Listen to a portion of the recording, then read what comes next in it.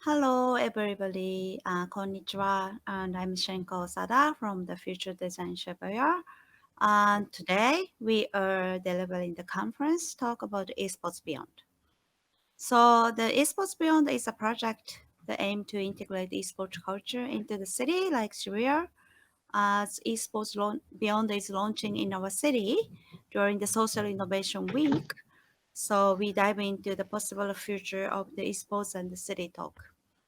And I'm here with the Mike from the Play Brain, as well as we are with the Christopher from the DreamHack, the Sweden-based organizer of the international successful digital festival of the same name, as well as the Sven, who is the head of the trade and the industry in the Jönköping, the city, the Sweden.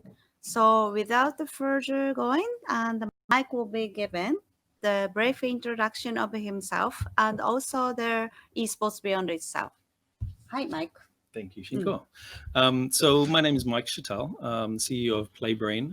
We're a company doing marketing for games, esports events, and related businesses around gaming in Tokyo. So we decided to take this opportunity during Social Innovation Week to really introduce to Shibuya a little bit about the esports world and what's possible with esports in collaboration with the city, which we're kind of excited to do. And it's really about introducing two aspects. So one is about the learning aspects of esports, understanding what it's all about. And the other one is to really experience it. So making sure that we can get a taste of esports, understand how that works. We have the experience will be around a League of Legends game, which will be running on the 15th. Esports Beyond, we really look at esports as something that is a combined experience of watching competitive gaming. And so we're looking at, there has to be a win or lose situation. There has to be this outcome that we're after, like similar to a traditional sport, but playing computer games. And there's multiple levels as well. So we look at it in terms of having the community level, which is really just people getting together and playing. We look at it having an amateur level where there's competitive play and organized play, usually with the prize money as well. And then we look at the professional level of play, which is where you really have salaried players and all these sort of things. And today we're kind of excited to look at this from the perspective of an event such as DreamHack, where you actually see all those levels in play, which is really an interesting example of that. And so we'll get into that a little bit with our guests today. We're also looking now to, talk with Shibuya City about how we can bring this into Shibuya City and look at some of the challenges that might be there, but also some of the opportunities and what it can do for the health of that city. Today, we want to look into a little bit more about the details of DreamHack in Jönköping, which is where its like home base is. And we have Christopher Mellon from DreamHack to talk a little bit about that. So maybe we invite Christopher and also Sven to join us. I'll introduce Christopher first. Christopher, welcome. Hi, Mike. Thank you for having me on this panel. And so maybe as a just to get kicked off, could you explain a little bit about your role at DreamHack and what you're doing there? Yeah, absolutely. As Mike said, I'm working for DreamHack and has been doing so for almost the last 15 years. So I've been involved for the last 15 years in DreamHack, bringing especially the operation side to things. But in the last 3 years, I've been working more closely with the international expansion, finding out the strategy, how we should expand, and also working in close relationship with all the different host systems that we are talking with around the world. I think that's my main part of my DreamHack job today. Great, thank you. And before we bring Sven into the conversation, can you maybe just tell us a little bit about the origins of DreamHack, because it's now 25 years old, if I'm correct? Where did it come from? Yeah. So DreamHack was actually founded by two friends back in 1994 in a small town in the northern part of Sweden. And over the first 6 years, DreamHack was growing organic and became an event for everyone that loved what you can do with a computer. I think the first focus was actually not gaming. Instead, people was programming, creating demos and music. And I think within only 3 years, they had outgrown the school cafeteria in the small city of Malung, and they were looking for their new venue in Borlänge, also in the northern part of Sweden. And then it only took 3 more years actually to make the second move. And the team behind DreamHack, Martin and Kenny, our founders, they started to look for new venues around Sweden to be able to host the event. And with a super techie focus on the event, it was a very unknown topic among people. And there were a lot of venues that did look down on hosting an event such as DreamHack, since there's so many like young people gaming all the time. But after a while, they met with Elmia and they found one person that actually believed in the future of DreamHack. And that made it possible to move the event to Jönköping. I think with Jönköping came many benefits, such as the location, an easy way for people to travel from the largest cities in Sweden, since Jönköping is located in between the 3 biggest cities in Sweden. And I think that's one important thing for DreamHack, since Sweden only have a population of 10 million people. So since 2001, we have hosted our 2 biggest festivals, DreamHack Summer and Winter in Jönköping. I think we are looking forward to host many more in Jönköping as well. Great. So I think that's like the short story of DreamHack. And maybe that's a good note to introduce our second guest. Sven Reidel is working at the Jönköping municipality. Sven, maybe you can give us a little bit of an introduction to what your role is in the city and how you've started to work with DreamHack. Yeah, my title is I'm head of trade and industry in Jönköping municipality, and that means that I'm responsible for helping companies to develop in the city. That's my mission, and it's a very wide mission. It means many different things, but one of the things that I have really been focusing on quite a lot is to, of course, help the different companies here in this region to develop, and that means, for example, to understand more about digital possibilities and about the future competence and how young people, for example, think when they are choosing a place to live or a place to work. And that's why I've been very interested in DreamHack and understand more about the different parts of DreamHack and how we, as hosting very proudly DreamHack for many years now, and we call ourselves the city of DreamHack, how we can really gain and also contribute, of course, to the DreamHack development. But I meet a lot of companies in this region, and I have a lot of questions regarding different things. But one of the more strategic questions for us is to work close with DreamHack. So that's where I'm aiming with this cooperation. Great, thank you. So I think it's one of the things that we're going to talk about today is really about how you're collaborating very closely. But maybe just before we go into the details of that, I want to first give our viewers a little bit of a taste of what DreamHack is. So we're just going to play a little video that gives a little introduction. Let's let that roll, and then we'll come back to the conversation.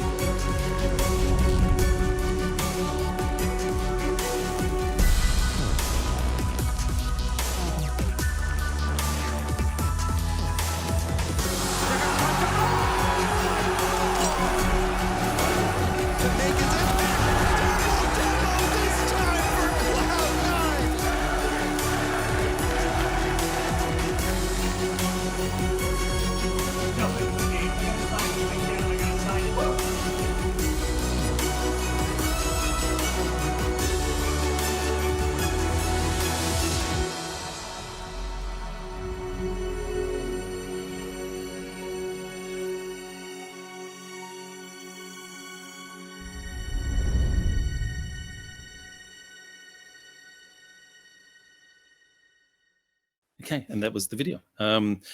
So now I want to dive into a little bit about the DreamHack event. As you saw from the video, it's a really big event. There's a lot of people when you're hosting it at Yongshopping. And there's a lot of coordination, I'm guessing, that needs to go in there. There's a lot of work there. First of all, Christopher, can you give us a little bit idea about the scope of DreamHack so that we understand how big is it in Jönköping, but also how big is it grown around the world as well? Absolutely. And I think, as you saw in the video, these 25 years has enabled us to grow quite a lot, and we are actually a global festival these days. And I think 2020 was set out to be the busiest year ever for DreamHack, and we plan for 15 larger events and 9 festivals, in 9 different countries across the world, from India in the east until US in the west. And DreamHack started its global journey in 2011 with the expansion the city of Valencia, together with our licensing partner, Encom. And since then, we have expanded ourselves and also with licensing partners in cities such as Austin, Atlanta, Las Vegas, Rio, Mumbai, Delhi, Leipzig, Moscow. As you see, the list is long, and there are many cities all over the world that we are into. And I think the first 2 focus areas for us has been, first off, Europe, and then going into North America. And now we are looking forward to bring DreamHack into new regions such as Asia, and also deeper down in South America as well. And I think DreamHack on a yearly basis is welcoming more than 350,000 visitors to our event. And since we have 2 events in Jönköping, they are contributing with around 100,000 people every year for that number. And we also have a good presence online with all the video game tournaments that we're doing and different broadcasts that we're doing with more digital lifestyle. And this year we hope to reach more than 240 million unique viewers online on the major online platforms such as Twitch TV or Imba TV. But we are also broadcasting on linear TV. So, for example, you can see it in Sweden sometimes on the national TV, or in Finland, or down in Malaysia. So it's a really broad product. It's more than just the festivals. Great. And maybe because of this global expansion, I'm guessing that every city has its own flavor as well. And even I believe like the summer in Jönköping and the winter in Jönköping is very different in terms of how you enjoy it. Maybe you can talk a little bit about some of the differences that you find across the events. Yeah, and I think one thing is that the core and foundation of all the DreamHack are the same across the world. And our experience are focused around the core values that we have: experience, participation, and community. I think for us, it's important that we deliver the same experience to all events across the world. But with that being said, the local adaptation is important. And the communities across the world are different, and they are expecting different experience as well. I think a good example to make it super clear is that we have something called Bring Your Own Computer, where you bring your computer for 72 hours, sit down and game. But this is not a super big thing in India. Instead, they are gaming on mobile devices. So in India, it's called BYOD, Bring Your Own Device. So people are bringing their mobile or their Nintendo Switch or whatever it could be to game for 3 days instead. So I think we also have activities such as the art gallery that's working great in the US, but as it isn't as popular in Sweden at the Swedish event. So that's one more occasion where you see that the local adaptation is important, and we try to adapt our activities and content to fit the local digital lifestyle. But we always need to have the core values in mind when we are creating the local adaptations. And I think for an event in Japan, for example, I believe that we have to adapt to the local culture of manga and cosplay even more to attract the local community. Yep. I think that's overall how we are working with the local adaptation. Great. And I guess for an event that's been running 25 years, I guess the people who are attending the event is also evolving over time as well. But what kind of people are attracted to the event? Is it primarily one type of people, or actually getting quite a broad range these days? I think these days we're actually getting a quite broad range, just as you say. But I think it was a difference in the early days where it was heavily focused on males. And I think for many years, the typical DreamHack fan was around the age of 18. But we have started to see a shift, and the DreamHack visitors are getting older, and they usually have like a STEM education. And depending on the type of event and the eSport content that we're bringing to the event, we can see differences in our audience as well. A good example is when we hosted a Dota 2 major in Stockholm, and the visitors was, instead of 18, around 28 years old. And we also see that the visitors at the regular DreamHack festivals are getting older and comes back to visit DreamHack events. And I think for every year, we are pushing the border farther to the right at the moment. And the audience that was born in the 80s actually stick around the events, and they start to bring their kids to our shows just to show them what they love. And I think looking at DreamHack events, it's easy to believe that the majority of our visitors are male. And I think that's true in some cases. The audience that are bringing their own computer to our events are majority male, almost 90%. But when you look at the full scope of visitors that come with festival tickets, day passes, then it's more like 50-50. And I think we did a good initiative almost 10 years ago when we started to create more activities and contents that fits both male and females, just to make sure that we have a good mix of people at the event, because I think that's important. And I also think that we know for a fact that DreamHack makes a difference for cities that we are visiting, and the DreamHack Winter was bringing in around 5.3 million USD in tourism impact for Jönköping. I think that is more than 10 million USD per year in tourist economic impact. And the average guests are staying for like 3.7 days and they spend around 120 USD per day. So I think it's a very like trustful audience. They stick to the event and they show up almost every time. Great, and maybe that's a good note to talk a little bit more about the city that is hosting you. So maybe Sven, I direct this question to you. How is Jönköping's history with gaming? Was there anything before DreamHack, or was there any sort of base of gaming culture there before DreamHack came along? I think just to put it in the context, Jönköping is a quite old city. It's, as Kristoffer said, it's got a good location, just in the middle of South Sweden, and that means that we have about the same distance to both Oslo, Stockholm, and Copenhagen. So we are like a good center point for trade, logistics, and so on. And we have also a very old business culture here in this part of Sweden. So for over 700 years, this has been a natural place to meet and so on. And that means that we have this really big exhibition experience and big exhibition areas, both inside and outside, where DreamHack found a very good spot to develop, where we can host more than 100,000 people 2 times a year. And that's, of course, great for us. And as Kristoffer said, it means a lot about the economy and so on for the sector here in Sweden, both for in Jönköping, both for hotels, restaurants, and so on. And we try now to develop DreamHack together with the team in DreamHack here in Jönköping, and for example, of course, connected them with the eSport community local here in Jönköping, but also with as I was into before, with the local companies here, so they understand the force and everything within DreamHack.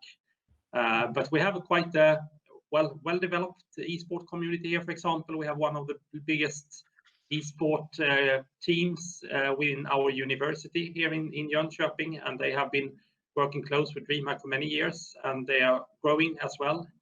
And then, of course, we would like to achieve even more. We would like this to be the natural place for eSport and gaming, of course, not only in Sweden, but in an international perspective as well, together with DreamHack. So I think that we have done something, but we have still a lot to do in that sense.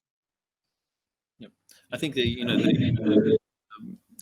Jönköping as a meeting point is certainly a very big reason. But are you able to sort of talk more about how Jönköping became the city of DreamHack? Like, how was the selection process? How did you choose that over, say, Stockholm, which is a much bigger city with much more higher population, for example? I think I can chip in a little bit there. And I think when the location decision was taken, almost 20 years ago, everything depended on who actually believed in DreamHack, because I think DreamHack as an event wasn't a super successful event. It was not strong economic wise, and it did need the help from a city or from a venue to be able to host the event in the start. And I think with the only city in Jönköping by that time, especially one person felt that we can help out with this, and this is something that we can do. So I think that's why it actually ended up in Jönköping in the first place.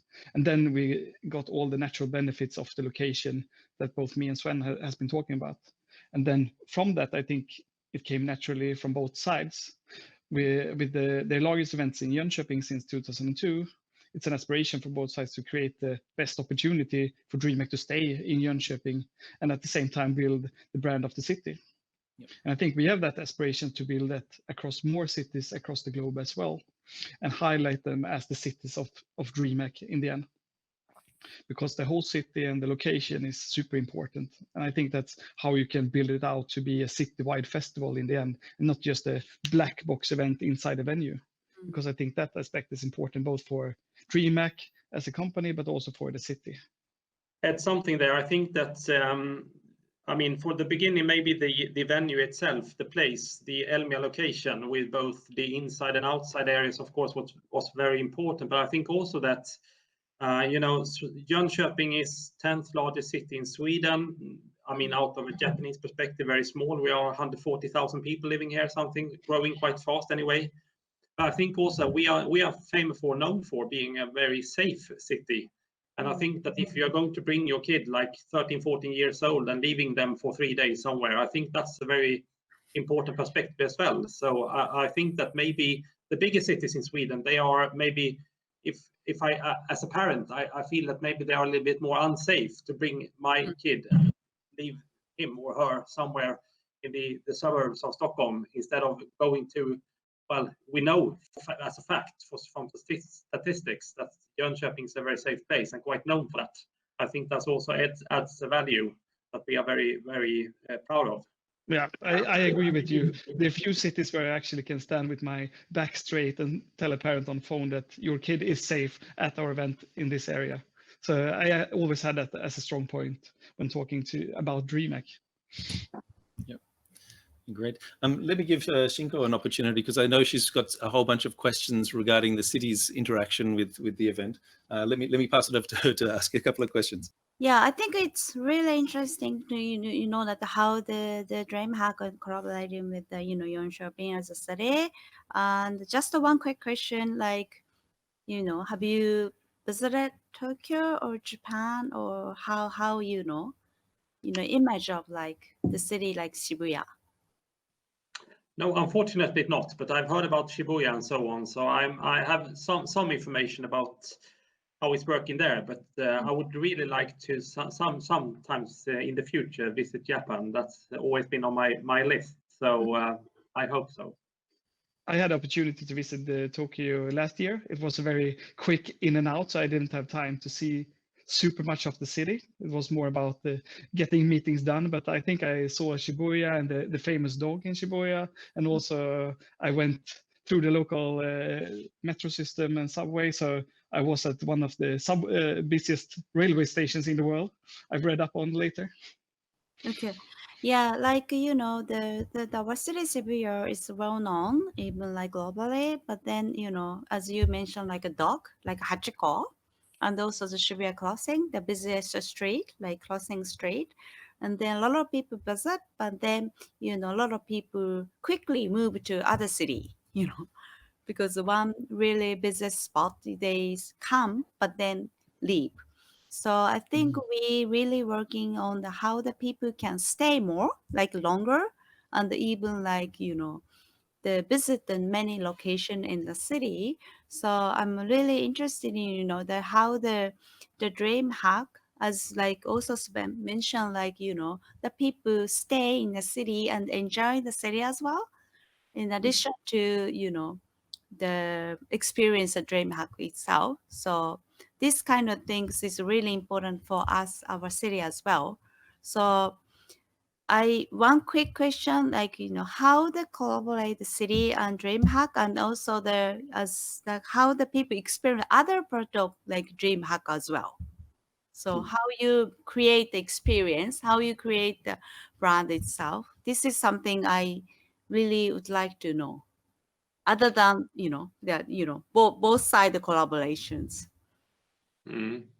I think if I start, I think you can see it in both short term and long term. I think in the short term, it's, as Christopher said, it's a lot about how many people come here, how much do they spend, they fill the hotels and restaurants and so on. Of course, very nice. But I think in the long term, it's more important for us to understand how to really be the city of DreamHack, to be the natural place where DreamHack hopefully will develop, and how we can develop with DreamHack. And that's more like both the brand of Jönköping, how could we be attractive coupled to DreamHack events, and maybe even also between the events. Even if we have them 2 times a year, I think that we can do even more to keep the feeling between the events. And also how we can gain interacting with DreamHack with other parts of the society. As the companies, or as where I work in the public sector, how do we understand what's happening inside there, and also take the effects into other places in the municipality. So I think in short term, we're quite happy already, but in the long term, we need to do more and to understand more how we can together cooperate to strengthen the part of DreamHack in Jönköping. Yeah, and I think just agree with what Sven are saying, and what we're looking at right now, since we have a good relationship, and I think for the last 3 years it's even closer to each other. We are starting to work towards the goals that we have on both sides, to be able to bring DreamHack to life all year around, do initiatives in the local communities, be with the DreamHack brand on the schools, for example, hosting tournaments and connecting with the local companies, and really make the city of Jönköping breathe the DreamHack 24/7 all year round. And I think that's a goal that the both of us have. And I think also, if I may add something, I think that also, to be honest, I think that DreamHack has opening up much more, because I've been working with this for 4 years, and I think that also they've been quite a closed event, I think, but now I also think they are more cooperative when it comes to developing this event within Jönköping, and that's of course something that we are very happy with. So I think that also it's a change from our part in the public sector, and we are trying to understand even more. And I also think it's a different approach from DreamHack, that they are willing to let us in and to discuss not only what's happening 2 times a year inside Elmia, also how can we be even closer, and we are very, very, very happy for that. So for the Jönköping, is a DreamHack with opportunity to open to network other cities, such as, like, I heard it's a lot of the city roaring, right? Like not only the inside of Europe, but also the US and like India, the things. Is this something also the good opportunity to connect other cities as well? Of course it is, and I think that we can improve that. But I think that one thing that we are doing already is that a lot of people is brought to Jönköping thanks to DreamHack. For example, you, Mike, you have been in Jönköping, and you're working worldwide with these kind of things, and that's very important. I think that you connect Jönköping with DreamHack, and also with this whole thing regarding esports and developing. So I think that's a good thing, good start for us. That people like to meet here.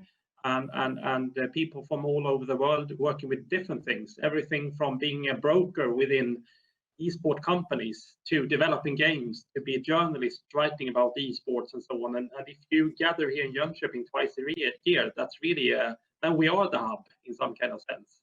I think that's a really good starting point. Just one quick question, like especially the esports. I think the esports world is still new to even like Japan and other world, and sometimes gaming. I think it's getting popular, but some parents feels like gaming itself is not like the good for like kids and things. How the gaming and esports is accepted in the community, especially like parents and the things? Is this very natural already in like Sweden, like Europe as well? Oh, I think it has started to become more natural, especially since you see it in a lot of the different medias we have in Sweden, for example. When you can see it on national TV, then it makes a difference. But it's also something that we as a company have been working with. For example, during the festivals in Jönköping, we try to invite the parents to educate them about esport and gaming. But we should not forget that DreamHack isn't just gaming and esports, it's a whole digital lifestyle. So it's music, it's cosplay, it's gaming. So it's everything that fits within the digital lifestyle that we are working with. And esport is one component. But I think there's always been a upward hill for this esports, especially since many of the larger games has been, for example, Counter-Strike, and it's about polices and terrorists, and they shoot each other. So I understand that people get a little bit feared about the esport when one of the biggest games are about shooting. But I think also you can see that when more games are being popular, like FIFA, we did the national championships here in Sweden, and you could see that parents were going to the events with their kids and they were cheering on them and they were coaching them just as a regular sports game or football game when they're out on the football field. okay. So I think it's a difference is happening, but it's important for us to educate around it as well. Okay. So the purpose, the mission of the DreamHack is also the educate, like the community and educate maybe some, there's also the parents and also the wider audience as well, right? Yeah, absolutely. I think that's a super important part. And at the same time, it's important with all the media outlets that we are going through and working together with the broadcast, right? I think their mission is also to make esport known for the audience that isn't into esport as it is right now. I think COVID was a good example when it actually boosted the viewer numbers, and you couldn't bet on regular sports here in Europe. So a lot of people instead started to play bet on esports, and then it also became with a better understanding for the games. Yeah. You mentioned earlier that you were doing some activities with schools. So like what kind of activities did you do in conjunction with the schools in the area? I think one of the biggest initiatives that we have is actually more on a national level than just pure in Jönköping, and that's like a high school tournament where schools from all over Sweden can compete and they end up in the final at the DreamHack event. But on the local basis, we have, together with the local gaming company, created tournaments on the different schools in Jönköping, especially in the game FIFA, which is a very good game to integrate people. And it's easy since you don't need to have the computer, it's instead played on an Xbox. And that also became super successful, going out to the schools, doing the tournaments, and getting everyone in the community involved into DreamHack. Is that something that the city is helping you coordinate, or is that something that you're doing directly with the schools? I would say it's with the support from the city, since the city is, what should you say, the owners or of the schools. So they absolutely help us out and open up the doors to get into the schools and do this. I think in Jönköping we have, of course, the unique opportunity to have the world's largest computer festival twice a year, and we try, as we were into before, to bring different groups and so on to understand more than gaming. It's more about the youth culture and so on, because the persons inside these walls or in this area will be the future co-workers or future students or future competitors or whatever. So we try to bring a lot of different aspects into DreamHack. And I'm as responsible for developing companies. I have had big meetings up at DreamHack in the winter event. So I've brought a couple of hundred, or even now it's maybe 1,000 companies up there, just to understand this, and walking around, listening to DreamHack people and so on, and just to get a glance over this big event with all the different parts, and try to understand the youth culture. It'll be quite hard to understand and quite hard to get into, because it's living in another world, in the digital world. So I think this is an advantage that we really use it quite good and has been developing the last years. So the mention about the companies. So the DreamHack itself is also contributed to the like ensuring like working environment or workers or the companies as well. Like the recently like esports also making a lot of the startup companies, right? Like these things. So I just wanted to know like how the the collaboration contributed the local working environment or the companies or the new company bringing to the city as well? I think, to be honest, I think that we can be much better with this, with developing companies within this sector. That has not really been the scope so far. So what we try to do now is, as I said, is to bring the current companies within all different types of businesses to DreamHack to understand more about everything that's going on there. And I think that we have one of the big opportunities that we have for the future is really to try to create like a business environment coupled to DreamHack.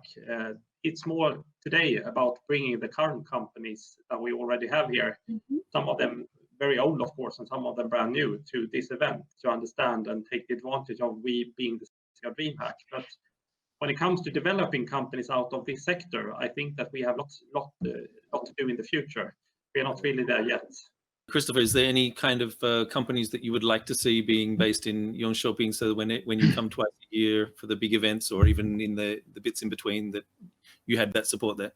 I think what we have today with DreamHack as a global brand, we have a lot of the like large global companies that are in our sector with the gaming gear or with the computer manufacturing and those parts. So I think what's super interesting for us is getting closer to the local companies that isn't, or like the non-endemic companies within Jönköping. And I think we are in a phase right now where we need to start to educate them about DreamHack so they understand, because I think there's many of the companies that has a good appetite for being at DreamHack, but they doesn't know at the moment what they should do. So I think that's super important for us to get the non-endemic brands into the festival, because the global companies we already have.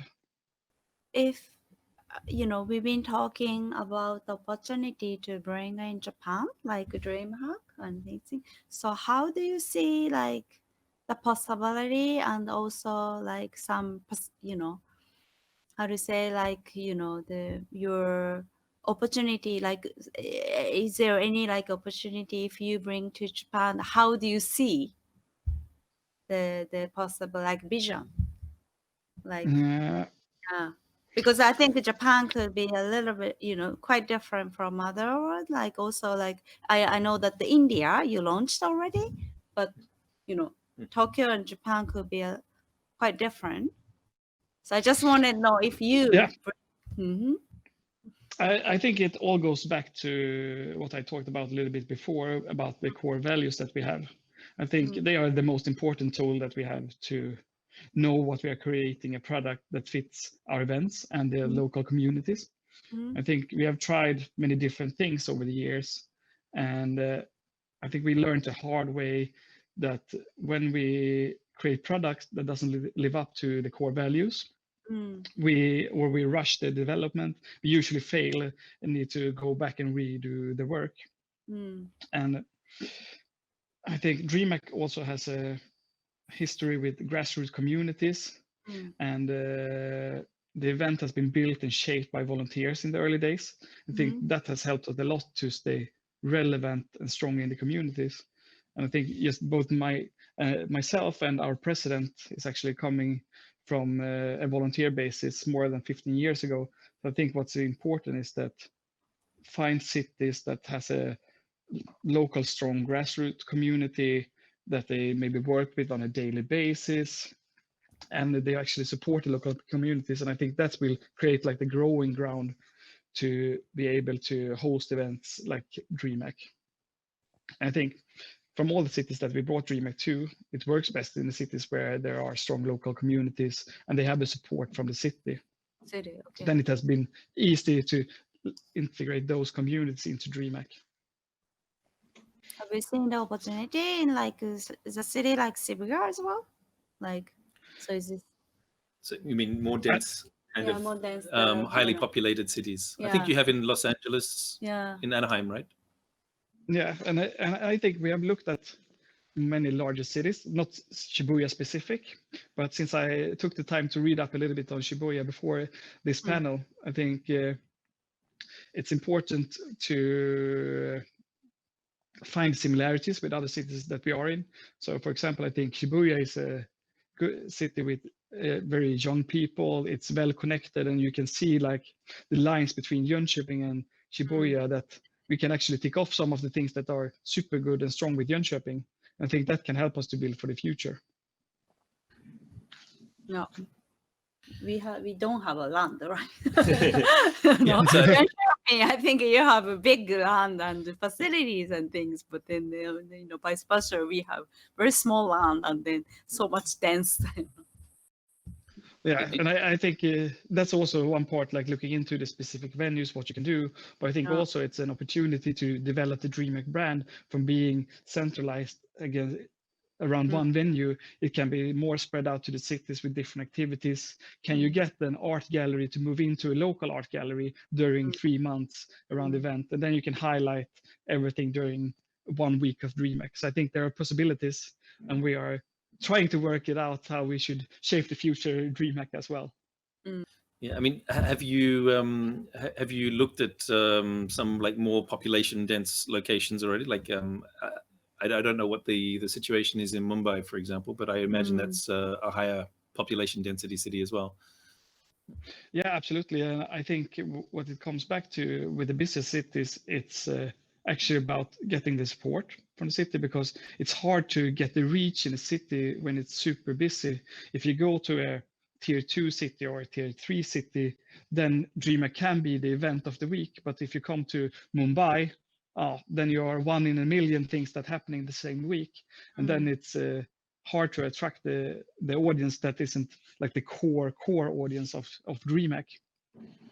So I think there are challenges with bigger cities, but it's possible to solve it, since we have done the events in Mumbai, for example, or we went to Anaheim and it was a really successful event. I think if I can add something there, I think that, I mean, for Jönköping is for real the city of DreamHack. I mean, even my boss, and he's managing director for the whole municipality, he has in his mail signature, he says the city of DreamHack. And of course, I think that will not be the case if it has been in Stockholm or Gothenburg and so on, some of the bigger cities, because they will never be like the city of DreamHack, because they are city of many things. But we are very happy with developing and growing up together with DreamHack, and we will do our utmost to keep DreamHack here and develop together. So we like to be like the greenhouse for developing DreamHack, and maybe you can use this kind of experience that we have also in Shibuya or in other places. So I think there are a lot of things to learn, even if the surroundings are completely different. I think that what counts is how to understand the whole event and so on. And I think that's about the same wherever you are.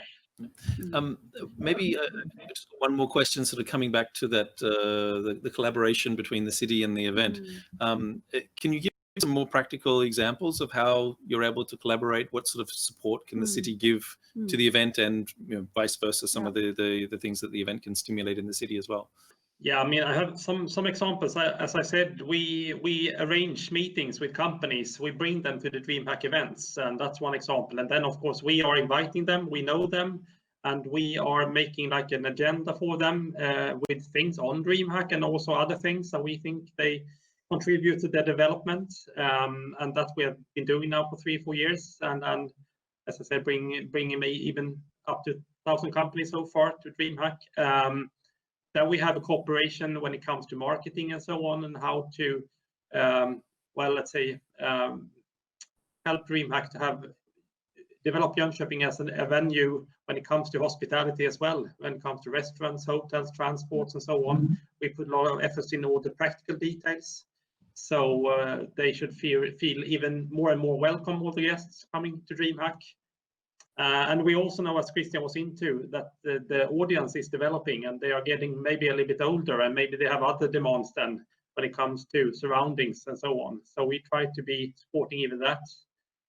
And right now, actually, we are talking about employing a person out here together with DreamHack in Jönköping that can be only working with being a part of the DreamHack community here in Jönköping all year round, and being 100% focused on developing DreamHack as a venue here in Jönköping. And I think that's the natural next step to step up the ambitions and also use all the advantages that DreamHack brings to Jönköping.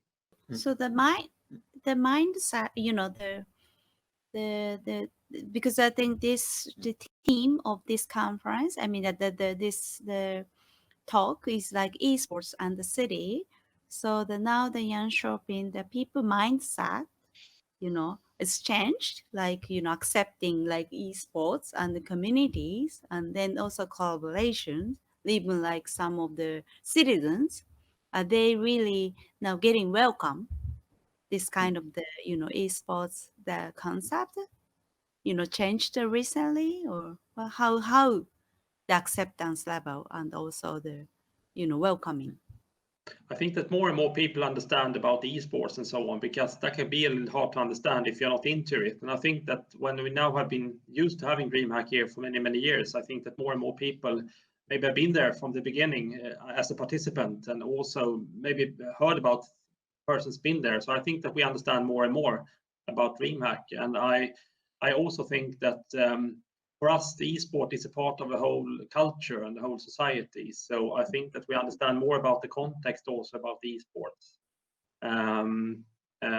So as one example, I know that the university esport team here is one of the biggest in Sweden, and they say to me that when they are trying to attract students to Jönköping, to be a part of the esport community in the university is really one of the big advantages, and that's thanks to DreamHack. So I think that it's connected: DreamHack, university, the esport team, and being attractive to students. And of course, that's very nice for Jönköping, because that really means that we have an effect, a concrete, obvious effect of DreamHack when it comes to bringing people here. Interesting too, here, like, is, you guys like a government side, kind of the government, the public sector side is kind of proud of, having the DreamHack in the city, and also like esports. And then I think also the university side is also kind of proud of the having like the esports team, and kind of the champion in the, like Sweden side, right? So this is like ideal like situation, like how the the DreamHack as a kind of project or the event, and collaborating with the government side, and then also growing together, and growing even like externally, building the brand as well, like together. So this is kind of ideal situation, I think. Yeah. Yeah, and it's nice to hear it from the outside, because when you're working in this all the time, it's hard to see it. So I think we have reached somewhere. And also worth to mention is that the university here, they have quite a special actually development team and research team. That was the word I was looking for. A research team working just with a professor working with how is the esport and so on affecting society, for example, companies. So, and that's also thanks to DreamHack that they have been actually expanding a whole research team coupled to esports, and also, of course, together with the team in the university. So I think that we are starting now to get something there. And I think you also can see from a DreamHack point of view how there's more initiatives coming up within Jönköping, both within the municipality with different like you redo what you call where kids goes after school, and they put in more PCs, make it more like LAN cafe, and they are building on the like gaming into the school areas and stuff as well. So I think as DreamHack you can see that, and we are very happy to see that Jönköping actually care and develops more things outside just the work that we are doing together. Just to sort of look at one other aspect of that as well.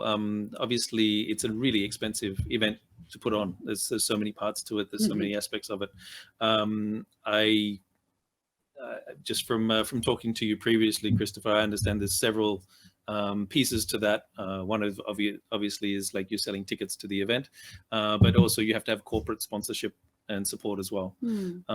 So I'm just interested in like, I imagine a lot of that is coming just as like national or international companies, but how much of that is actually from the local community, and also reverse-wise, like how are some of these companies that are local benefiting from the presence of DreamHack and the business opportunities that come out of that? I think when you look at the local side of things, it's more about the companies that are doing recruitment, about schools, and those are like shipping in the traditional way of doing exhibitions at the festivals, but also doing branding and marketing around their companies at the festival. But I think for Sweden is such a small country, so I would say that local is almost like national wide in Sweden, where the companies are coming in through. And I think there's still a challenge because we are working with such a global product that the price tag sometimes is too high to get deeper involved with the bigger products that we are creating, that you need actually the global budget support to be able to activate on the DreamHack events outside like the festival expo part. So I think it's a challenge for us, but as I said before, it's about educating the local business life and get more of the non-endemic brands into the festival. And I think that's a development that we need to do on our side to understand how we better can integrate with the local companies, but also get the help to educate them to take the step into the digital lifestyle. And for us working with business development, of course, in Jönköping, it's very nice to have all these global and national, international brands or companies coming to Jönköping, being attracted by DreamHack.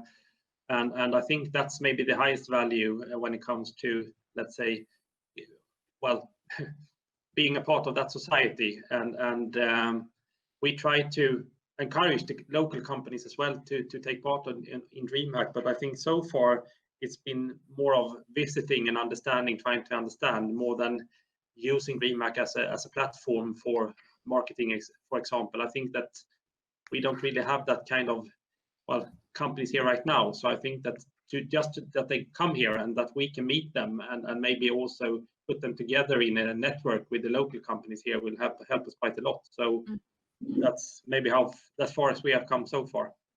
So as I think, you know, city itself is also interested in normally like business side. I think you are the span from like, you know, developing the business side.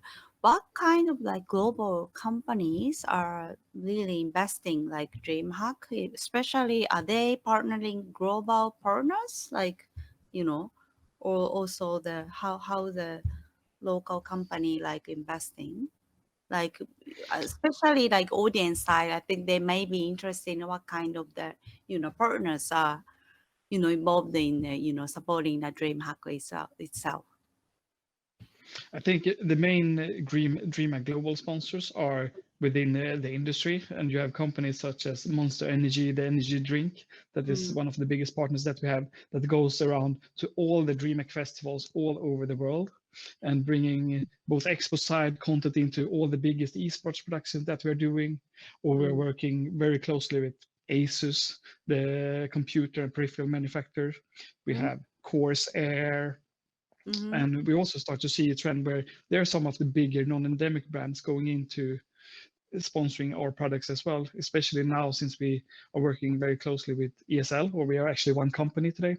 We have brands like Mercedes that are involved in the esports products. We have had McDonald's on products. So you see this large global corporations are stepping into esports as well. And I think with that, more non-endemic companies will follow as well. I think there's a really huge interest from marketing bureaus to understand what we are doing and bringing their clients into the esport as well. The, you know, a lot of the global brands, but also any like, you know, you see like some Japanese brands supporting like DreamHack as well. I think on the Japanese brands that we have been working with, I think one part is actually Nintendo. Since they have been in the industry for so many years, we have a good relationship and creating different tournaments for them at our festivals. So we have done tournaments in, for example, Smash or into Pokemon, both like the trading card game and the video game. So I think that's the best connection between DreamHack and Japanese companies. And I think if I can add something, I think that the big potential is actually to integrate also with companies not within, let's say, the esports sector. It's about understanding how you can use, let's say, the forces within esport and so on. As we have two examples for companies here in Jönköping is, for example, Husqvarna. They are well known for manufacturing chainsaws and self-going lawn mowers and so on. And of course, they're working very, very hard with developing different types of robots and artificial intelligence within their products and within the production and so on.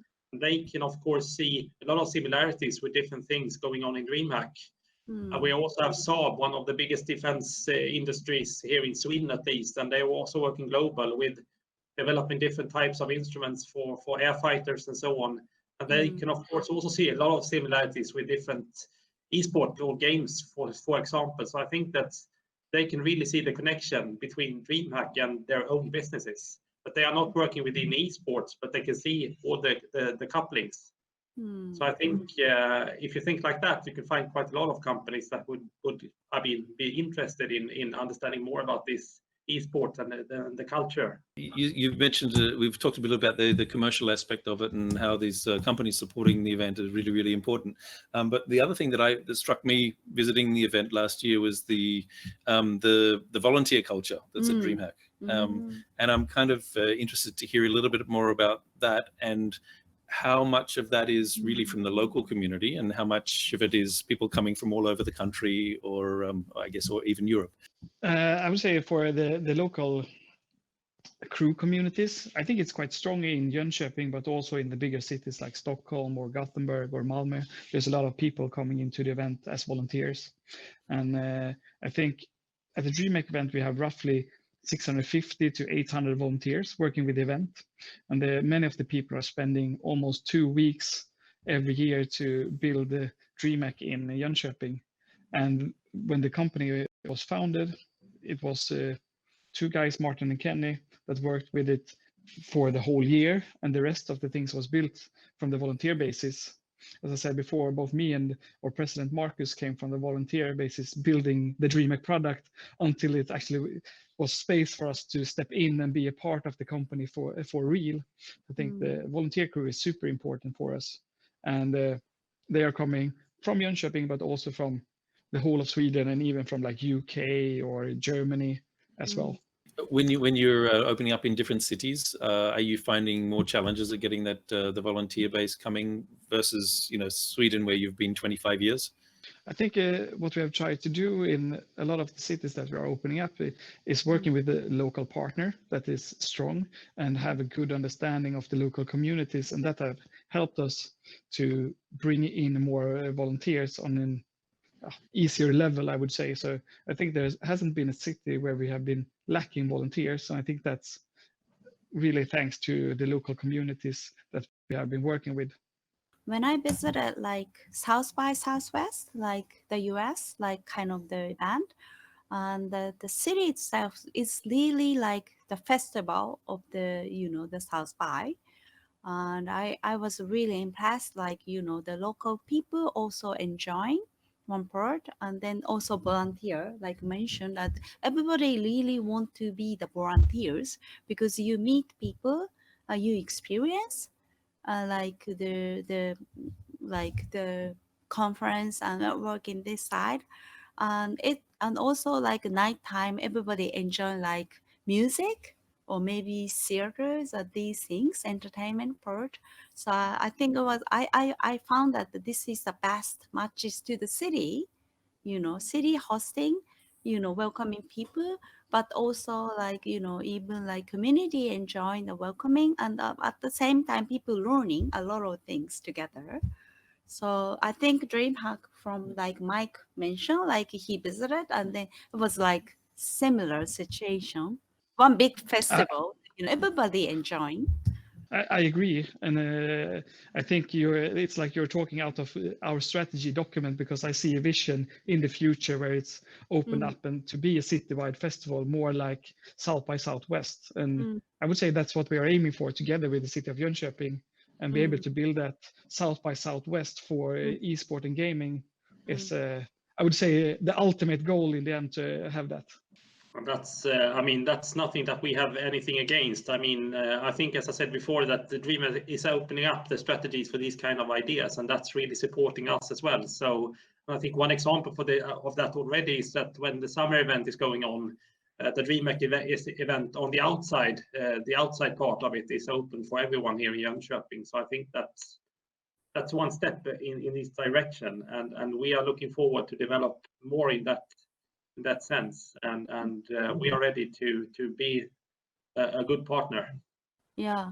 So it's really creating like one culture, like, you know, DreamHack and also the Jönköping, you know, together creating like future culture together, and then involving the older communities, like from the kids to the older people, you know. So, Yes. you know, one time you are aiming that this kind of, you know, the festival coming every year, like maybe 2 times a year, and then, you know, dreaming like the moment to enjoy things. And this is something I think we also, the city itself is like creating. You really want to create that kind of things. I think, you know, Social Innovation Week, we are, you know, this time, you know, hosting, but then also, you know, we want to create the moment together to everybody waiting this kind of moment. Yeah.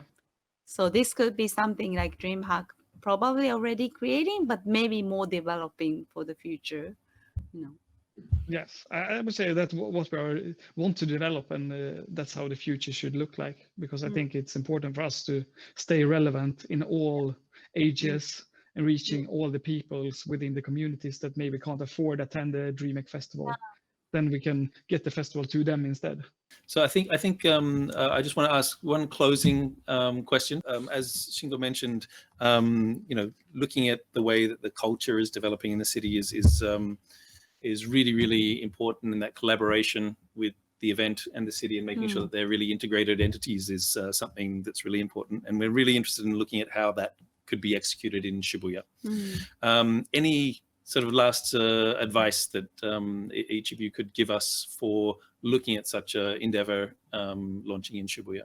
Absolutely. I think it is as simple as work together. I think for many years, DreamHack and Jönköping didn't work together. It was a small financial support from the city, but I think that didn't make a lot of difference for any one of us, actually.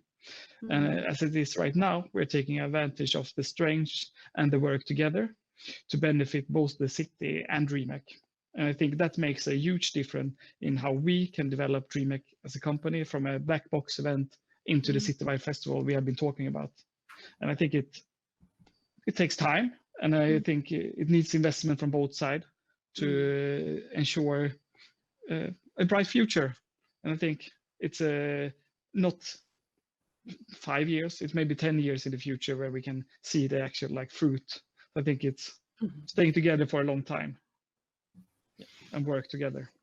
It's a couple of things. I think one thing is to be curious and to try to really focus on understanding what is happening within DreamHack for real, and to try to see what's in it for us in Jönköping. And we have decided that this is a strategic event for Jönköping that we will really focus on and developing together with DreamHack. And I think also one thing is that we the city is the platform, and DreamHack is the engine and driving this event. And I think that we need to respect that, because they are the best in developing the event and being relevant to the audience.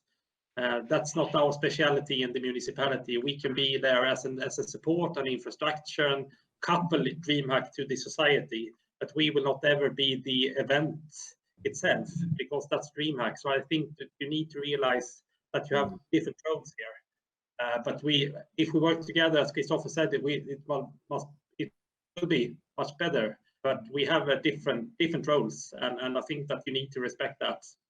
Thank you so much, Christopher and Sven. It's been a pleasure having a chat. Really appreciate it. Thank you guys for having us. Thank you so much. Okay, for me, that was really interesting insights into what can be done with a really strong collaboration with such a strong event as DreamHack, bringing such like interesting culture along with the city of Jönköping. I think it's really fascinating about, you know, how strong that culture can build, the business development, the local community development, all these things. And I'm really interested to see what could be achieved in Shibuya. What are some of the unique challenges we might find as well? But it really shows the potential and the excitement that we could actually achieve. Especially like, you know, the situation probably like Yonshopping and the Shibuya are different, but then, you know, how the city committed to the DreamHack itself, and then how closely collaborate. This is something like, especially if we bring something like global event, or even trying to build some esports like culture and the community into the city, and then I think the city itself has to commit something, you know, because I think so many things are happening, but then one part, I think we really need to commit something. That's something. And also I think it's interesting comment like city as a platform, and then maybe like a DreamHack is kind of engine. I think the platform and engine has to closely work together. Absolutely. Yeah. So this is, I think you know, kind of again open my eyes, and then we have to build the strategy, and then how we continue work together, you know, to grow together. Yeah. So that's, you know, things. And then, but also another part is, I think esports is really, again interesting, and something for the future, and then we should really continue to talk, you know, how we involve these kind of people, and then how we create the strategy and real planning and really into implementation. Yeah. I think through examples like DreamHack, we can see how esports and gaming culture and this sort of festival concept can actually bring it to a much broader audience and be, you know, culturally beneficial to a much broader audience. That's some. Thank you very much. Thank you very much. Thank you very much, everybody.